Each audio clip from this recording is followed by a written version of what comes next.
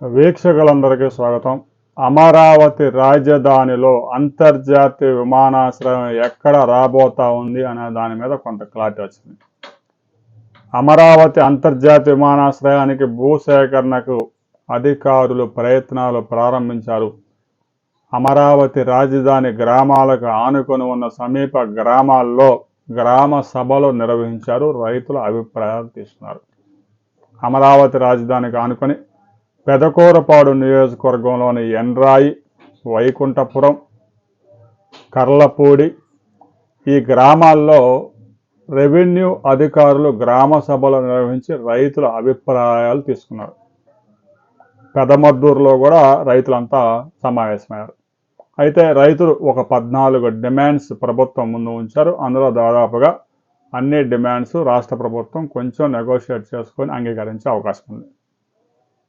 దాదాపు 9,500 ఎకరాలు ఈ 4 గ్రామాల పరిధిలో ఉన్నాయి. అమరావతి రాజధానికి అత్యంత సమీపంగా హైకోర్టు నుంచి కేవలం 12 కిలోమీటర్ల దూరంలో అమరావతి రాజధానికి చేరుకునే విధంగా ఆ ప్రాంతంలో అంతర్జాతీయ విమానాశ్రయం రాబోతా ఉందనే విషయం మనకు తెలుస్తోంది. ఏదైనా రాజధాని అభివృద్ధి చెందాలంటే ఎంప్లాయ్మెంట్ జనరేషన్ క్రియేట్ అవ్వాలి.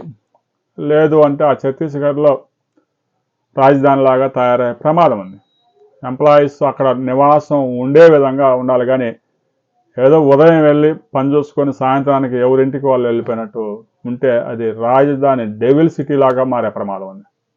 1,00,000 కోట్ల రూపాయల వ్యయంతో నిర్మిస్తున్న రాజధానిలో కనీసం 5 లక్షల మందికి ఎంప్లాయ్మెంట్ జనరేషన్ కనుక క్రియేట్ చేయకపోతే ఆ ప్రాంతంలో 25 లక్షల జనాభా వచ్చే అవకాశం లేదు. హైదరాబాద్లో 20 లక్షల పైగా జాబ్స్ క్రియేట్ అయ్యాయి కాబట్టి అక్కడ 1 కోటి మంది పైగా జనాభా ఉంటూ ఉన్నారు. శంషాబాద్ ఎయిర్పోర్ట్ కూడా ప్రపంచానికి హైదరాబాద్ని కనెక్ట్ చేసింది. గంటకి 8 ఫ్లైట్స్ శంషాబాద్ ఎయిర్పోర్ట్ నుంచి వెళ్తా ఉన్నాయి.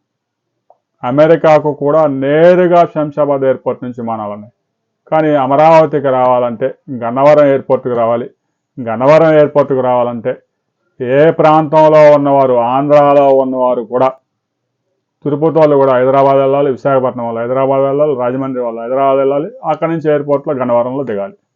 అది కూడా ఉదయం ఒక ఫ్లైటు, సాయంత్రం ఒక ఫ్లైట్. ఇలాంటి పరిస్థితుల్లో అమరావతి రాజధానిలో అంతర్జాతీయ సంస్థలు పెట్టుబడి పెట్టే అవకాశం కనిపించడం లేదు. సాఫ్ట్ జాబ్స్ రావాలంటే విమానాశ్రయం తప్పనిసరి. దానికి 5,000 ఎకరాలు ఉండాల్సిందే. దీనికి రాష్ట్ర ప్రభుత్వం సిద్ధమైంది. కేంద్రంలో పౌర విమానయాన మంత్రి కూడా తెలుగు రాష్ట్రానికి చెందిన వ్యక్తి రామ్మోహన్ నాయుడు ఉండడంతో విమానాశ్రయం ఏర్పాటు అనేది రాబోయే కొద్ది రోజుల్లోనే కల సాకారం కాబోతా ఉంది. 2-3 మాసాల్లోనే అంతర్జాతీయ విమానాశ్రయానికి భూసేకరణ పూర్తి చేయబోతా ఉన్నారు. ఆ రైతుల డిమాండ్స్ కూడా రాజధాని రైతులకి, జరీబు రైతులకి ఏదైతే 1,450 గజాలు ఇచ్చారో ఎకరానికి, ఆ ల్యాండ్ ఇవ్వాలి. ఇన్నర్ రింగ్ రోడ్డుకు లోపలగా, రైల్వే ట్రాక్ లోపలగా ఇవ్వండి, కొంచెం వాల్యూ ఎక్కువగా ఉంటుంది.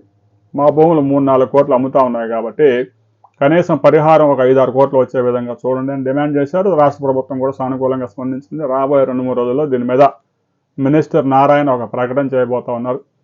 ప్రధాని నరేంద్ర మోదీ శంకుస్థాపన సమయానికి దీని గురించి కొంత క్లారిటీ వచ్చే అవకాశం ఉంది. ఆ తర్వాత మరిన్ని వివరాలతో మనం మరో వీడియోలు తెలుసుకుందాం.